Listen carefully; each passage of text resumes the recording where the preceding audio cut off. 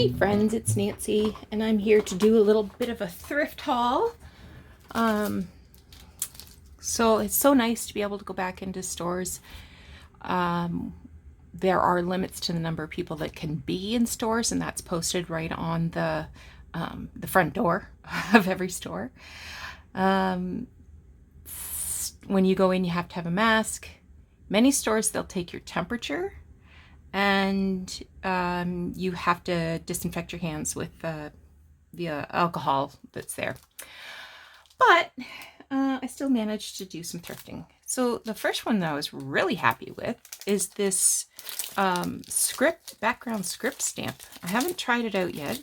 I only paid $1 for it. I didn't even wait for bonus day. I don't recognize this brand. Like, that's the only what have you on there.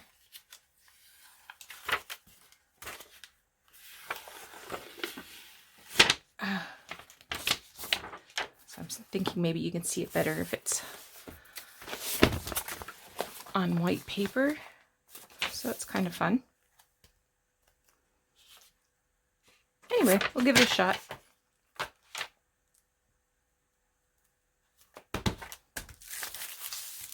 Maybe I'll use that today. The other thing I got was this paper. So these are paper placemats. I really wanted it for these yellow ones. Well, it's not even really yellow. It's more of a mustard kind of a color. It's heavier than like manila envelope, but it's sort of that same color family. I don't have very many, maybe, 10 or 12 there. The white ones, they have sort of a cross hatch pattern in them. I don't know if I'll use these or not.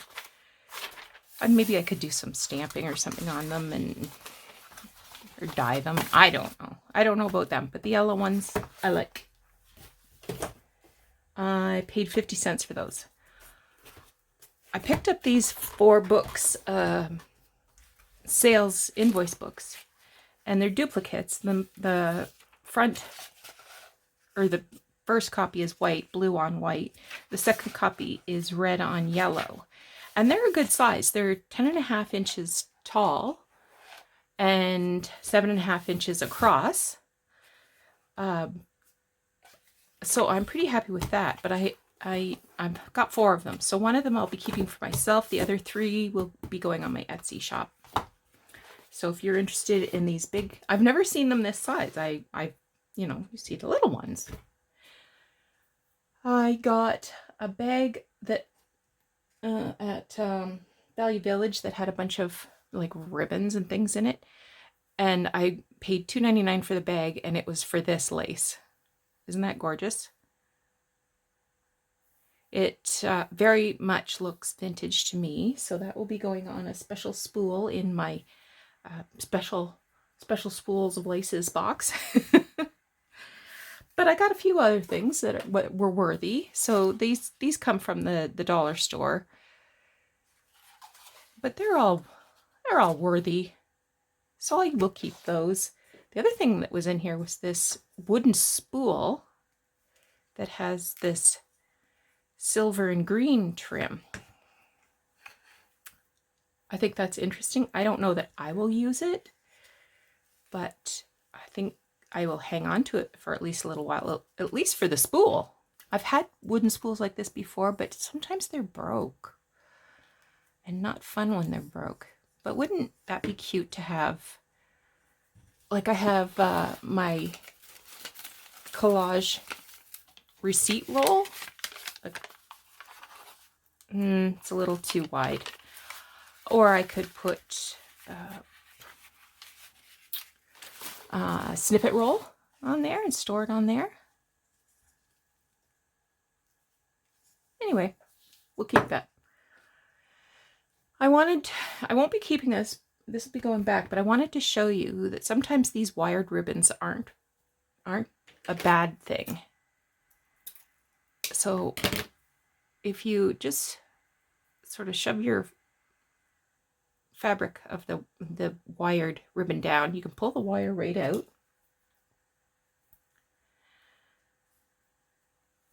And then got my handy dandy lighter here to keep it from raveling. Just sort of melt the edge like that.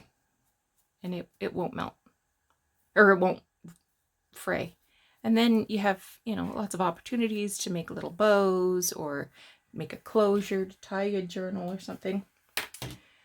I got some scraps of rickrack. There's some interesting colors in here. I like this interesting pink color. But the rest is, you know, standard. Actually, the texture of this one is very interesting. I like this red one. But the rest I think will go back because I have lots of rickrack, but I do want to keep this pink and that really interesting red.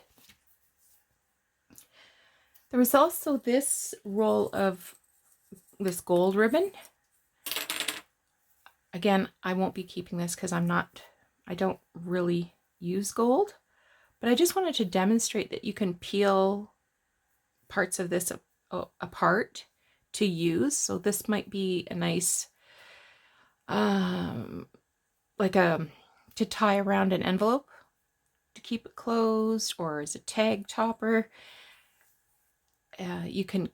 This kind of ribbon you can cut apart.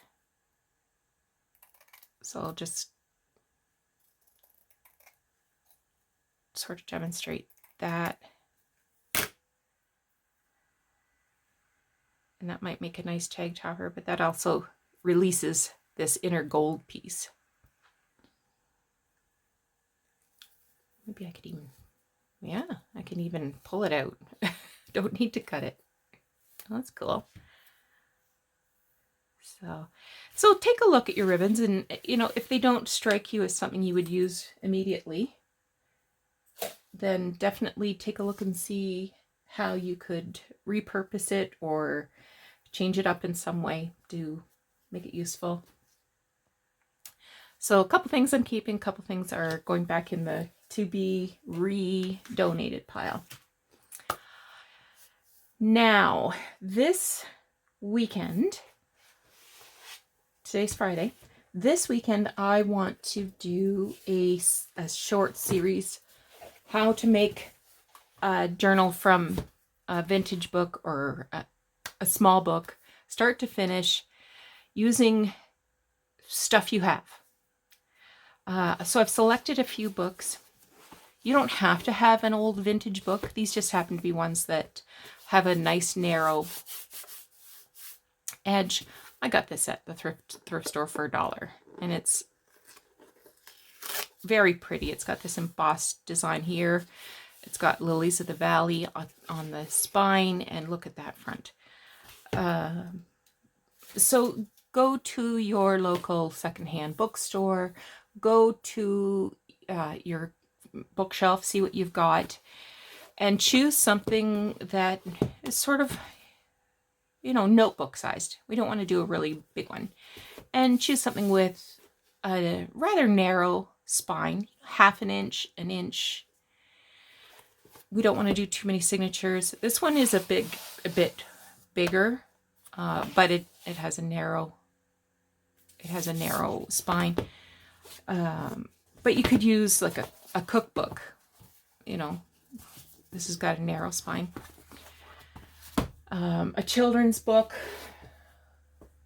Maybe you have like a field guide, a hardcover field guide. Anything you have, grab it, and that we'll just do it together. The one I'm going to use actually is this one. I bought this yesterday at a secondhand bookstore. It was priced $19.95, but she sold it to me for $15.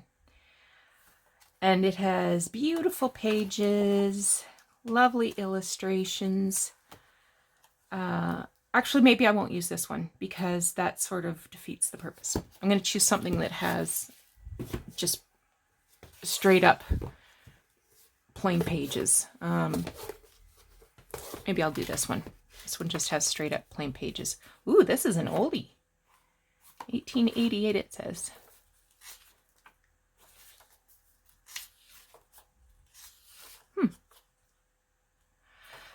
So get a book and join me tomorrow, Saturday, and we're just going to do it. We're going to do it.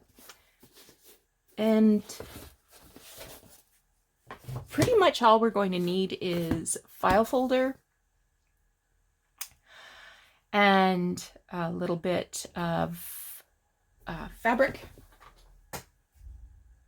So maybe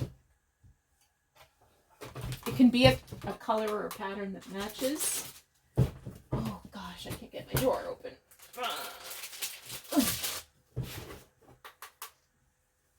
You could just, this is a hunk of pillowcase. And probably we won't need much more than this. And scissors, glue. Definitely you want this kind of glue. The Fabri-Tac or 3-in-1.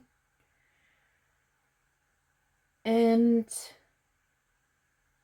yeah, that's pretty much. We just need basic tools and basic supplies, and we're going to do this.